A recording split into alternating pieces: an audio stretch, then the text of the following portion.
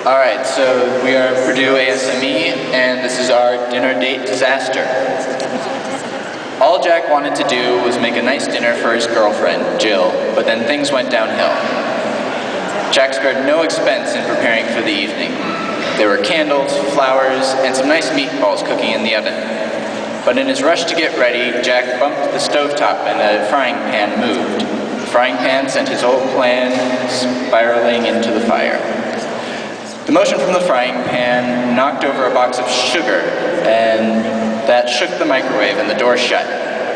Well, poor Jack had left it open to air it out after burning some leftovers, and so when the door shut, the heat caused the microwave to start smoking. Not only that, the motion of the door knocked over a marble that had been left on top of the microwave, and that rolled down a cooling rack that had fallen against it. The marble activated a mousetrap that Jack had left for some uninvited guests, and the mousetrap went off and moved a peeler that had a spoon stuck in it. This caused a marble to fall and knock over a support for one of Jack's homemade candles. The candle was pulled up off the shelf, releasing a magnet which fell onto another mousetrap. The mousetrap knocked over a kettle Jack had filled for later and spilled some water. Luckily, there was a dish to catch the spill, but that's where Jack's luck ran out. Jack had a string in that dish holding up his broken spice rack, and when the string got wet, it tore, releasing the rack. All of Jack's rare and exotic spices, mostly salt, rolled down the rack and hit a spoon rest. When the spoon rest moved, a spoon swung down, knocking a ping pong ball into the strainer, hanging from the shelf. The ball made its way down the counter where it upset a balance, triggering Jack's automatic fly swatter, patent pending. The fly swatter moved some cans, knocking down a cutting board and opening the oven. As soon as the door opened, Jack's meatballs flew out. It was at this point Jack decided pizza would be a better way to go.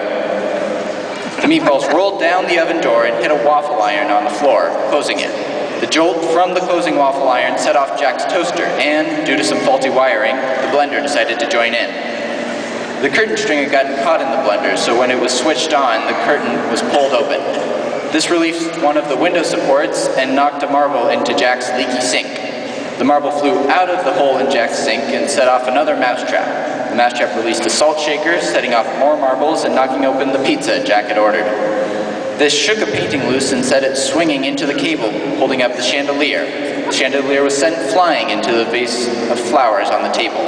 This shook the table and set off Jack's Rube Goldberg machine that he had made to feed his dog, Tucker. A marble rolled down a ramp and hit a magnet which released a car. The car pulled a string, moving a spatula and sending his rolling pin on a trip across the table. As it rolled, it squished a stray Band-Aid, covering a rip in the tablecloth. Well, Jack thought as he looked around in dismay, that's one less thing I have to fix before Jill gets here.